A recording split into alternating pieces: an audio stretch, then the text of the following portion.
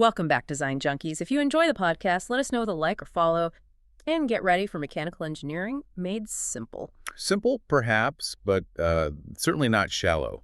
We are taking a deep dive into mechanical engineering principles today, focusing specifically on reliable gear system design. Absolutely not shallow. You, our listener, have handed us a stack of sources that, they represent the deepest cuts of gear engineering theory and practice. They really do. So our mission today is to provide you with the ultimate shortcut.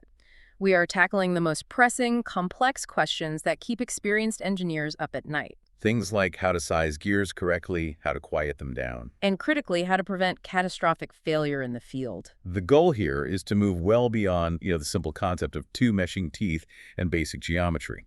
As we dive in, we'll quickly see that designing a gearbox isn't a singular calculation. No, it's a high-stakes balancing act. It really is. We are simultaneously wrestling with, 24 trade-offs.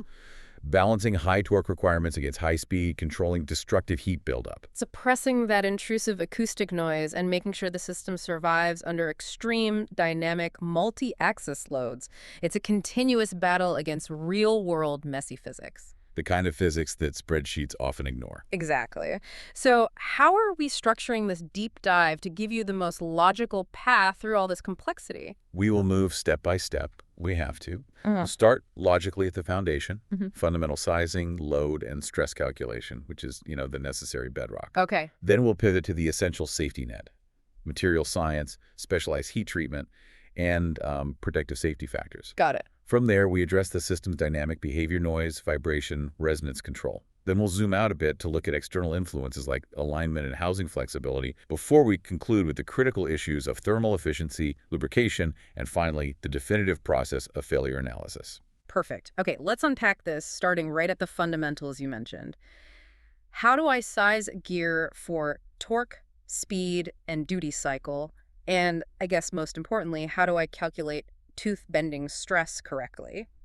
Well, when you're sizing any gear, you're fundamentally designing against two primary failure modes. And these are codified in engineering standards, like, for instance, the well-known ANSI-AGMA 2001 D04. And those two modes are? First, you have pitting resistance. That's the surface contact fatigue that causes, small pieces to flake off the tooth face. Okay, pitting. And second, you have to ensure bending strength, which is measured by the stress concentration right of the tooth root fillet. And the foundational math for that bending strength, the classic starting point that every engineer learns, that's the Lewis equation. It's the historical bedrock, yes. Yeah. The Lewis equation gives you a fundamental measure of the tangential tooth load, which we symbolize with a W. It's really the capacity of a spur gear tooth to withstand bending. Okay, so how is it written? For metallic spur gears, the formula is written as W equals S multiplied by S multiplied by Y, all divided by P, and then that whole thing is multiplied by the ratio of 600 over the quantity 600 plus V. Wow, that looks dense. That looks like something ripped straight out of a textbook from, the 19th century. Can we break down the practical meaning of those variables? Certainly. So W is your static tooth load in pounds force right along the pitch line.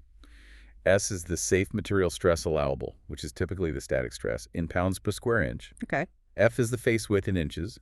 P is the diametral pitch, which really just defines the size of the tooth. And Y is a tooth form factor, which accounts for the actual shape and geometry of the tooth at its root. So the equation basically takes the material strength, multiplies it by the contact area, the face width and tooth size, and then adjusts everything for the specific shape of the tooth. Precisely. But here is the critical limitation. That adjustment term, that ratio of 600 to 600 plus V, it's an empirical attempt to account for dynamic forces. Empirical, meaning based on observation, not pure theory. Exactly. And because of that, it's only considered valid for pitch line velocities, V, up to about 1,500 feet per minute. 1,500 feet per minute. So what happens if you go faster? Beyond that velocity, this simplified model just fails. It fails catastrophically because the dynamic effects of tooth-to-tooth impact, they become overwhelming. And in modern high-speed drives, like in an EV, you're way past that. Way past it, which is why engineers are forced to use much more complex, iterative AGMA methods that factor in quality and deflection rather than relying on this historical approximation. Wait, if the Lewis equation breaks down at 1,500 feet per minute, doesn't that make it sort of obsolete for a lot of modern high-speed applications? The limit is critical because above that speed, the gear mesh no longer behaves like a steady-state load transmission. it becomes a series of high-frequency impacts. The inertia of the teeth, the slight manufacturing errors, they create these acceleration and deceleration impulses that are much larger than the transmitted static load. So it's still useful for low-speed, high-torque stuff. Absolutely. For low-speed industrial applications, it's still foundational. But for everything else, we move immediately into dynamic factors and, crucially, service factors. And that brings us to the next big question. How do we integrate the actual operating conditions, the environment, the fluctuating load, the duty cycle, into that sizing decision? This is where service factors come in and really affect gear life. This is exactly where service factors step in. They drastically scale the required gear size and capacity. They are the engineer's way of acknowledging uncertainty and, all those external conditions. So you're not just designing for the average load. Never. You're designing for the worst-case scenario over the life of the machine. We manage these real-world variations by applying various factors in the drive system selection process. Can you give us a concrete, practical example? How does the duty cycle scale the required capacity? Sure. Think about a conveyor belt drive in a factory. We classify the load based on its shock and frequency. For instance, the load classification might be medium impulsive, often labeled F sub D. Then you apply the starts per hour factor, F sub S. So if you have a drive system that starts and stops, say, 15 times per hour, you have to apply a starts per hour factor of 1.2 to your calculation. A 20% increase. Right. But if that same system started 150 times per hour, that factor would jump significantly higher, maybe to 1.5 or 1.6, depending on the standard you're using. So that factor directly scales the necessary design capacity. You might calculate you need a 10 horsepower gearbox, but after applying that 1.2 factor, you have to select a 12 horsepower rated gearbox just to handle those frequent transient startup loads. Exactly. You are proactively designing for the transient peak loads, which often include inertial forces and motor startup torque. Not just the steady state load, but even during continuous smooth operation, the tooth contact isn't truly static. Right. We need to account for what happens when those, in theory, highly accurate surfaces slam into each other thousands of times a minute. Which brings us right back to dynamic loads. Static strength calculations are clearly not enough. Precisely. Running gear teeth experience dynamic loads that must be accounted for. And these loads are heavily influenced by maintaining close control on gear tooth accuracy during manufacturing. So if the teeth are sloppy, If the teeth are inaccurate or poorly finished, the peak dynamic loads will be immense, potentially exceeding the static strength capacity of the tooth instantly. how do we quantify that dynamic impact in the design phase then? One approximation for the dynamic load, F sub D, is given by F sub D equals the ratio of 1200 plus V sub G to 1200, all multiplied by the actual tangential load, F. And V sub G is the pitch line velocity of the gear. Correct. And the critical design rule is simple. This calculated dynamic load must never exceed the endurance load capacity of the tooth material. So how is the gear's inherent quality, its precision grade, factored into controlling that dynamic load? This feels like where manufacturing quality directly impacts the physics. That's handled by the dynamic load factor, K sub V. Yeah. This factor is absolutely crucial in design. It provides the link between geometry, speed, and precision. Okay, so what is it? You can think of a gear mesh like a car driving over a road. If the gear is low precision, it's like driving over railroad tracks. Bumpy, high impact, lots of momentary peak forces. But if the gear is high precision, It's like driving on a perfectly smooth, newly paved highway. so K sub V numerically quantifies that bumpy road penalty. Exactly. The higher the precision grade, like an AGMA 14 or 15, the closer to 1.0 this factor gets, minimizing the penalty. High speed paired with low precision means a very large K sub V, which significantly degrades your permissible static load. So it's often cheaper to just specify a higher quality gear. Much cheaper and safer than simply trying to use a stronger but lower quality material. So if the dynamic loads are too high, the engineer has two paths. Increase the static strength through material or size, or decrease the dynamic penalty by increasing the quality grade through manufacturing precision. That's the choice. Let's follow that first path for a minute and talk about materials, which determines that safe allowable stress, S. We've established that the material's safe allowable stress, S, is a primary variable. But before we get into specific materials, let's address a foundational safety question that often puzzles designers. What safety factor should I actually use for gears? It feels like a rule of thumb, but you mentioned it's far more nuanced. It is. The required safety factor, which we often denote as S sub H for Hertzian contact stress, is highly dependent on where the failure initiates. Where it initiates. Yes. And here's a piece of advanced insight that separates expert designers from novices. For gear pairs that have a large number of teeth, meaning a larger pitch diameter for a given tooth size, the point of maximum shear stress occurs deep beneath the surface of the gear flank.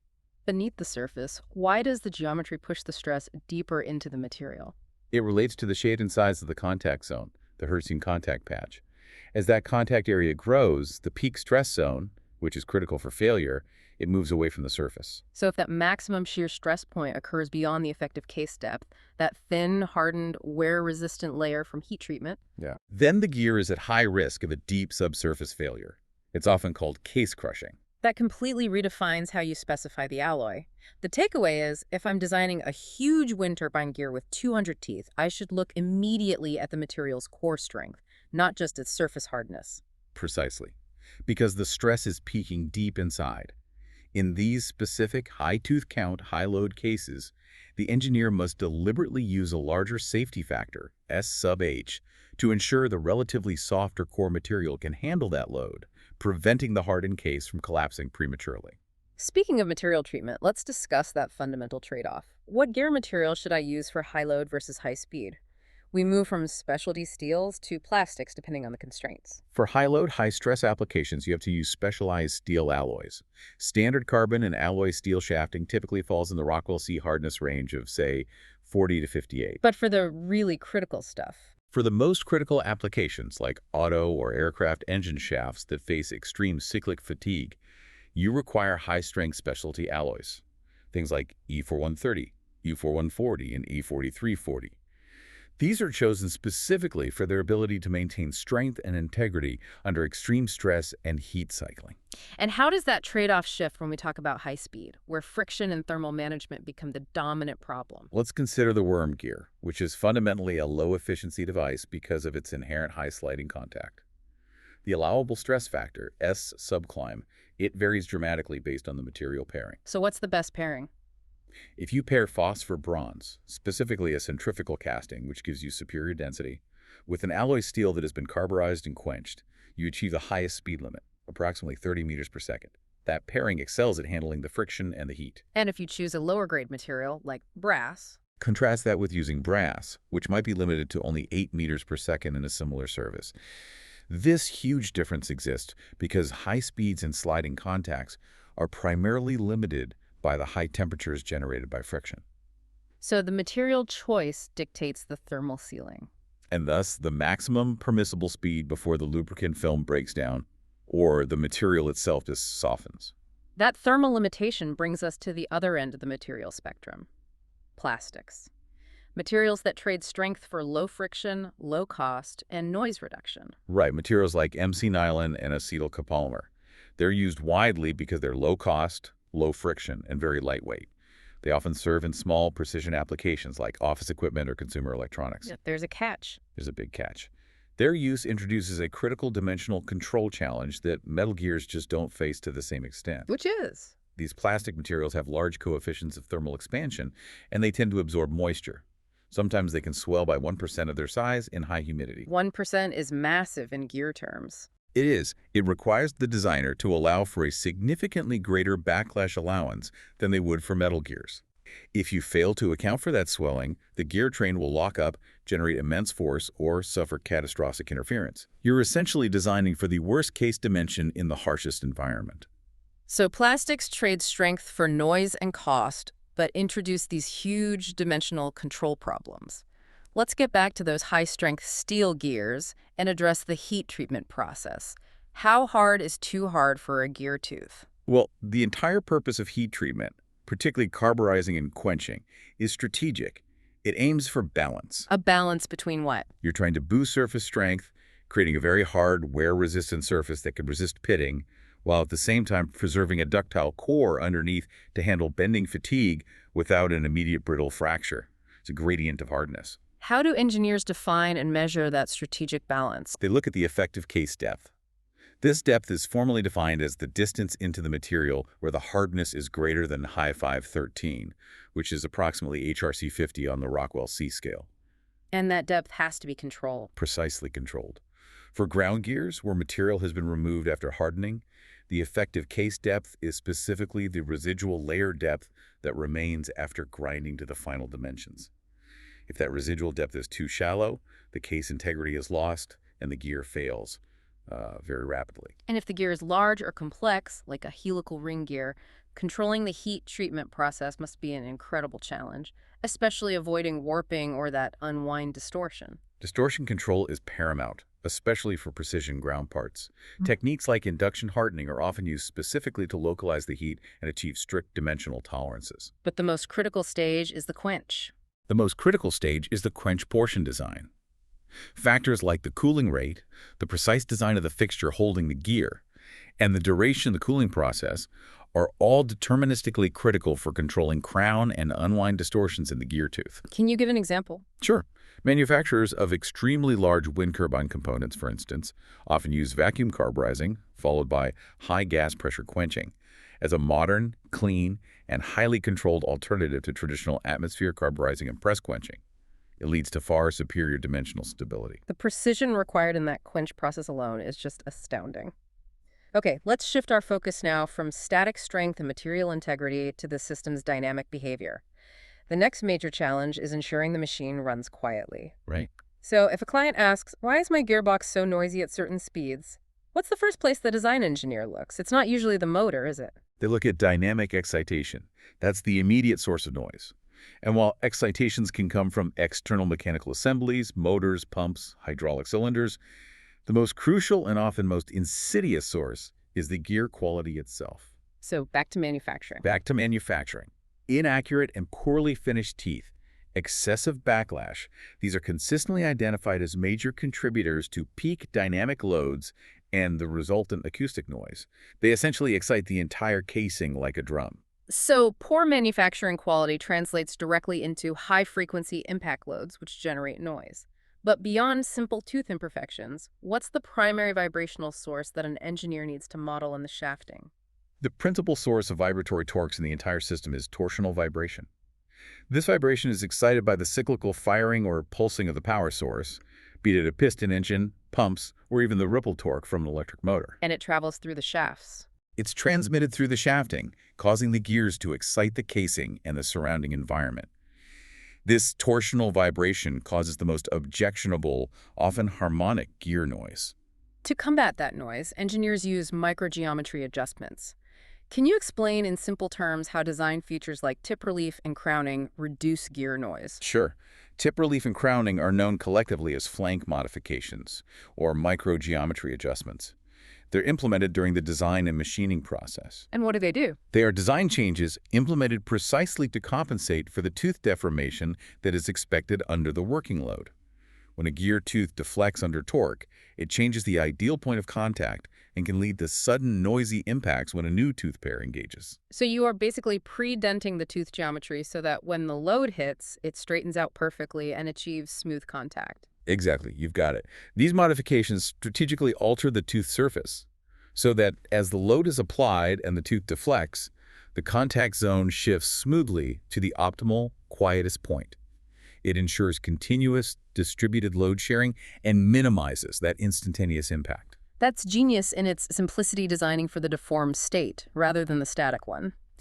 Are there other advanced techniques for surface structure modifications that target specific noise harmonics? Yes, there are. For high-precision applications, specific grinding processes can intentionally alter the gear's surface structure along the path of contact. The entire goal is to influence and improve the excitation behavior. To get rid of a specific whine. Exactly. To address an objectionable harmonic noise. For instance, specific surface shifts can be introduced to the generated member of a ground bevel gear set to subtly alter the contact kinematics and remove those nasty high-frequency whine components. That addresses the quality of the tooth itself. But if the entire shaft or rotor system begins to oscillate at a natural frequency, we hit resonance, and that's a high-stakes system-destroying scenario. Catastrophic. So how do we keep the system from shaking itself apart? How do I avoid resonance in gear systems? Resonance is catastrophic because even small forces, applied repeatedly at that natural frequency, can build up huge destructive amplitudes. We mitigate this first through careful modeling. You have to know where the danger zones are. You must calculate the critical speeds, which are the natural frequencies of the system. This is often done using complex finite element methods, or FEM, for systems like ship propulsion shafts or large rotating machinery. Once those critical speeds are known, what's the primary corrective action?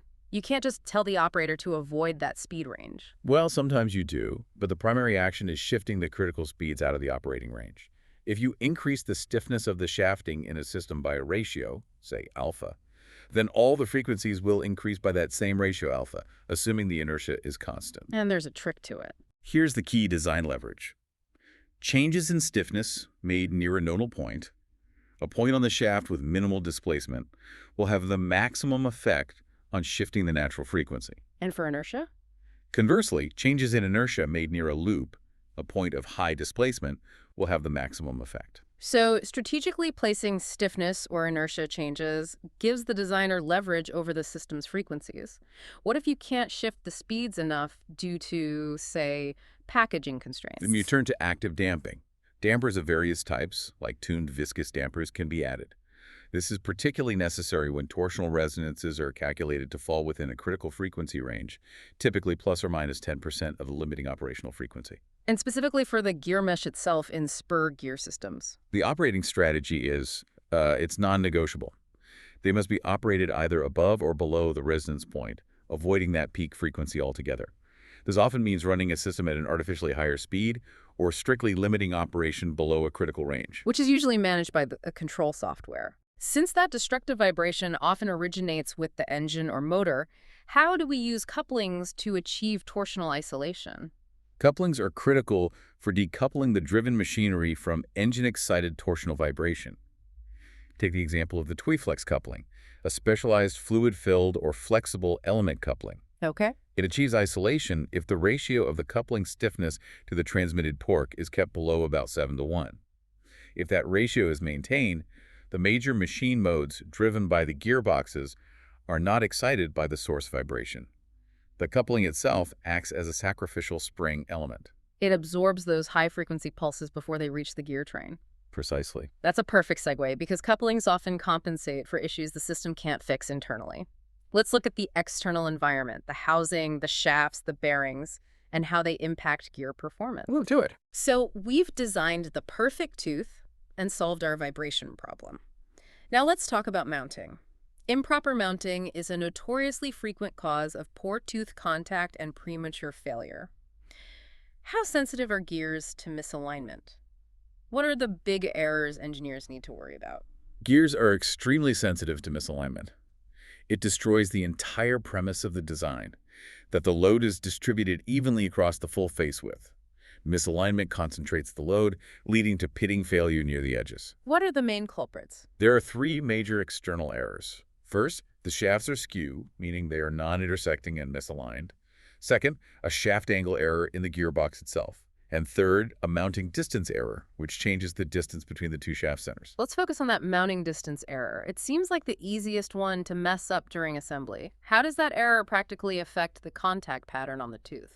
When you have a positive mounting distance error, meaning the center distance is too large, it physically moves the contact point on the pinion toward the tooth root. And on the other gear? Conversely, the contact on the mating gear moves toward the tooth tip.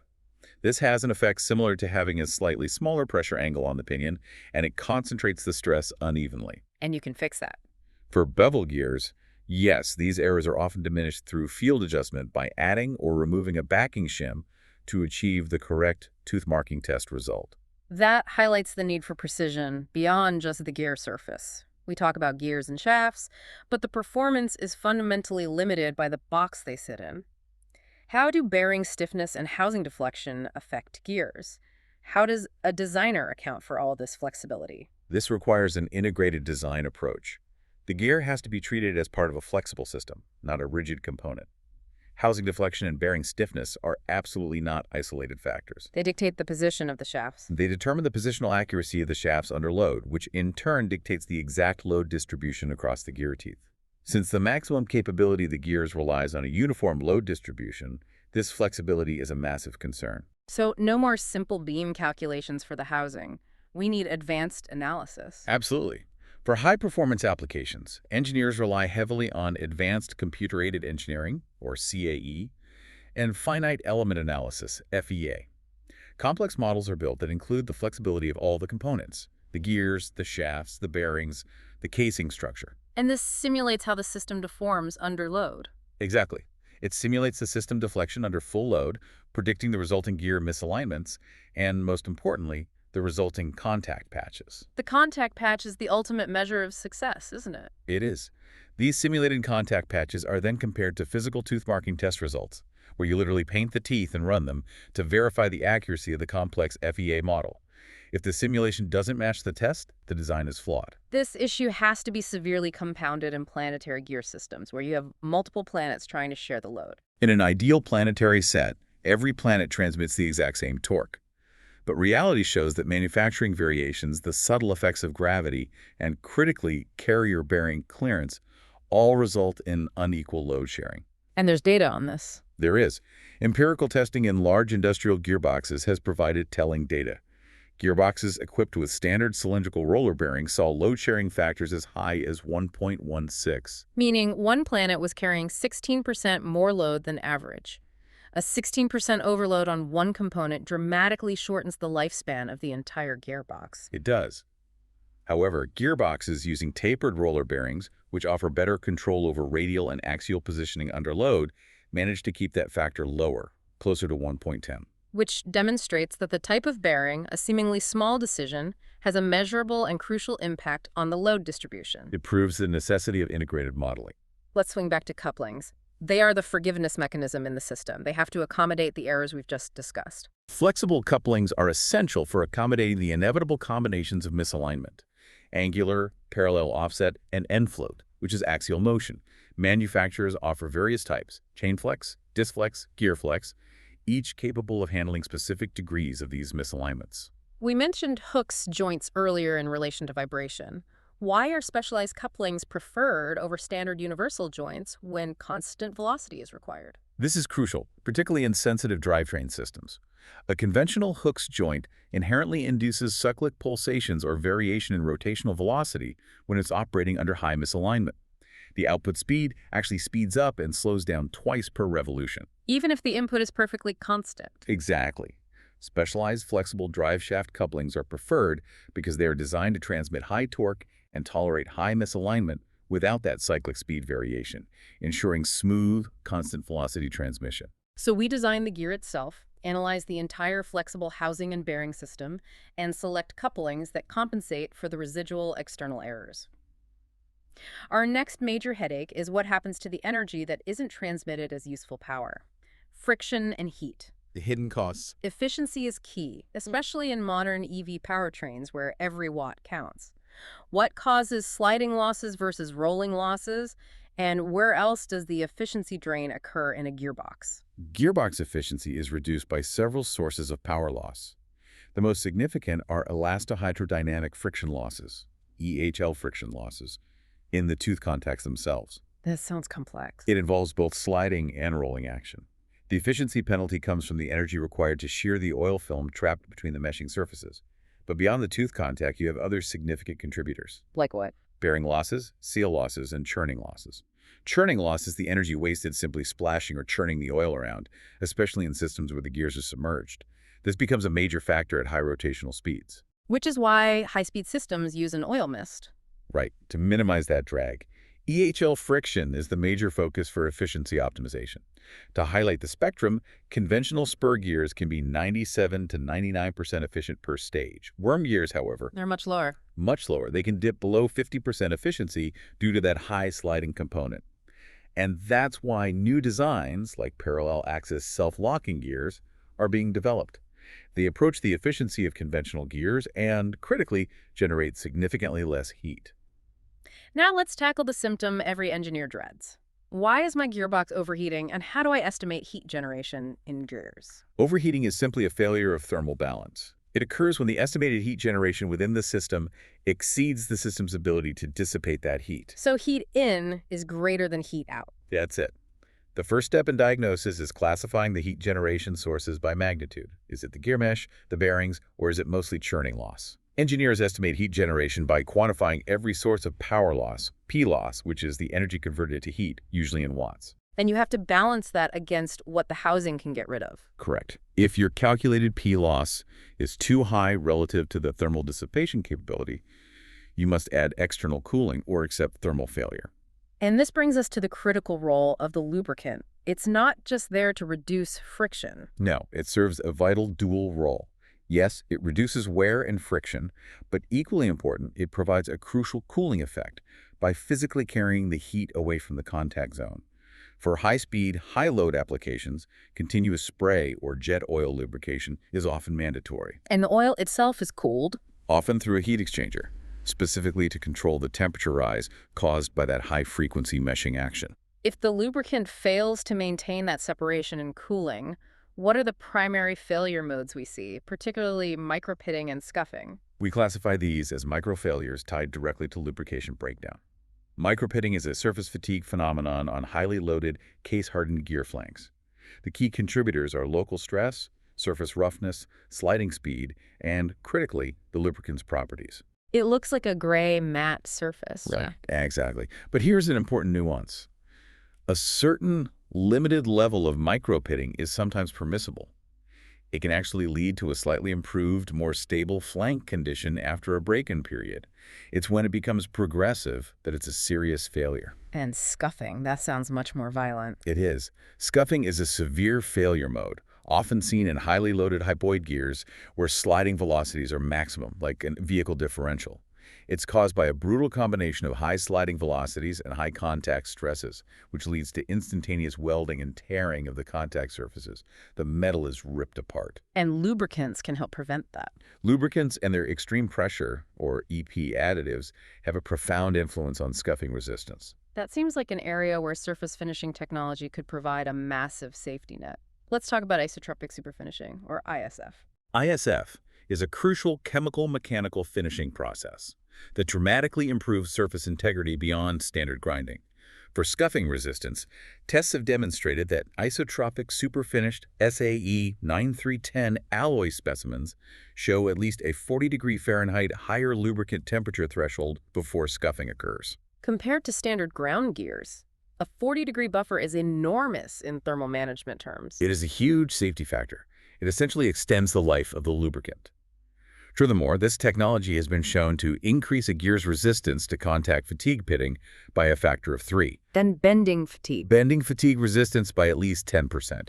The result is aerospace-grade performance, allowing gears to operate near the upper bounds of their theoretical design limits for far longer. That's a compelling case for a high-quality finishing operation. Speaking of quality, let's wrap up by looking at quality control, manufacturing methods, and how engineers determine why a gear ultimately broke. The final analysis. When designing a new system, the engineer has to specify the required precision. What AGMA quality grade do I actually need, and how tight do gear tolerances really need to be? Gear quality classes are standardized globally by organizations like AGMA, ISO, DIN, and GIS, and it's vital to understand the different scales. They're not all the same. Not at all. AGMA uses grades 8 through 15, where a higher number means better gear tolerance. Conversely, ISO, DIN, and GIS use a system where a lower class number means better quality. So an ISO grade 3 is aerospace precision. And the need for tight tolerances directly correlates with noise and vibration. And load capacity. Inaccurate teeth and poor finish lead directly to those high dynamic loads we discussed earlier. Typical automotive transmissions often require AGMA 10 to 12. A precision robot arm might require AGMA 14 or 15. The benefit of investing in tolerance analysis is clear. Reduce reject rates, and fewer assembly problems. But inspection is tricky. How does the type of inspection data composite versus elemental affect performance judgments? This is a subtle but important point. Most inspection data provided by equipment today are composite deviations measurements, like total accumulated pitch or runout. These composite measurements can often obscure the true nature of individual elemental deviations. Like an error in the involute profile itself. Exactly. An error in the involute, the helix lead, or the pitch. You might have a gear that passes the composite measurement test, but contains a localized, sharp error that will cause immense dynamic loads and noise at that single point of contact. So composite data can be misleading. It can lead to inappropriate judgments, either rejecting satisfactory gears or, much worse, passing unsatisfactory ones that fail rapidly in service. Let's discuss the manufacturing process itself. How does the manufacturing method affect strength and noise? The method dictates the geometric possibilities and the structural integrity, particularly at the highly stressed tooth root. Hobbing is still the versatile workhorse for spur and helical gears, but for internal gears, which are essential in planetary stages, power skeeving is increasingly recognized for providing high precision and high production rates. And for the really complex stuff. For ultra-precise or previously non-technological geometries, engineers leverage 5-axis CNC milling paired with tooth contact analysis, or TCA. This allows for the creation of unique tooth lines like cosine-shaped tooth lines, which optimize tooling and, more importantly, reduce edge loading under deflection. I assume the way the gear is cut also affects its ability to resist fatigue. Absolutely. The root fillet area is the critical zone for strength. That's where bending failure almost always originates. The cutting tool geometry and process parameters greatly influence the stress concentration factors in this area. Optimizing that fillet form can result in significantly higher bending fatigue strength. So, after all the design work, the material selection, the heat treatment, and the manufacturing, something still breaks. The last line of defense is failure analysis. Why did this gear tooth break, and how do I tell overload from fatigue failure? Failure analysis relies on classifying the damage based on standardized terminology. The definitive differentiation rests entirely on the cause and the resulting fracture appearance. It's forensic work. So what's the key difference? Fatigue failure is caused by repeated stress cycles that exceed the endurance limit of the material over time. It's a gradual, progressive failure. And it looks like. It manifests as pitting, spalling, case crushing, and ultimately fatigue breakage. A crack that originates and grows slowly, usually from the tooth root fillet, and it shows a smooth, progressive crack line, often with distinct beach marks. So fatigue is gradual. What about overload? That sounds sudden. It is. Overload failure is caused by a sudden, unexpected, heavy, single-event load-to-system jam, a massive torque spike. This failure is characterized by overload breakage, or tooth shearing, where the tooth is sheared instantly from the body. And the fracture surface looks different. Completely different. In overload failure, it's typically jagged, rough, and crystalline, often displaying a 45-degree shear lip rather than the smooth, progressive line you see in fatigue. And what are some of the other key failure modes we might encounter that don't fall neatly into those two major categories? We frequently see scoring, which appears as linear scratches in the slipping direction, often associated with lubricant film failure. There is also fretting corrosion, which is surface damage caused by minute reciprocal motion, often seen on splines. And finally, plastic deformation, where the material permanently flows without fracturing, leading to issues like rolling or ridging around the pitch line. That's a phenomenal synthesis. We covered everything from the foundational math behind the Lewis equation and why it breaks down at high speed, to the strategic use of flank modifications to quiet the machine. We did. We also discussed the critical role of the quench process in heat treatment and why seemingly minor factors, like bearing stiffness, affect load sharing in a planetary stage. It really underscores that robust gear design is about managing a complex, interconnected system where material science, geometry, and dynamics all have to be balanced perfectly. They do. Before we wrap up, let's leave you, the listener, with one final provocative thought to consider that builds on all the complexity we've just unpacked. Based on research into gear action and longevity, here is something to mull over. We know that running identical gear sets, same loads, speeds, and lubrication, but operating them as speed reducers versus speed increasers can yield strikingly different propensities for wear and micro-pitting over their lifespan. So the direction of power flow matters. The lifespan of the system seems quite sensitive to it. That's fascinating. You're talking about identical physics run in reverse. What fundamental differences in gear action, in the sliding velocity profiles maybe, or the entry and exit points of contact, might explain the sensitivity? Why does acting as a brake wear the teeth differently than acting as a torque amplifier? That's something to research and think about on your own time. Indeed, the pursuit of optimization is never truly finished. That's it for today, Design Junkies. If you're getting something out of this, follow the podcast, leave a review, and don't forget to check out our YouTube. It helps the whole family grow, learn, and build better together. A family that solves together stays together.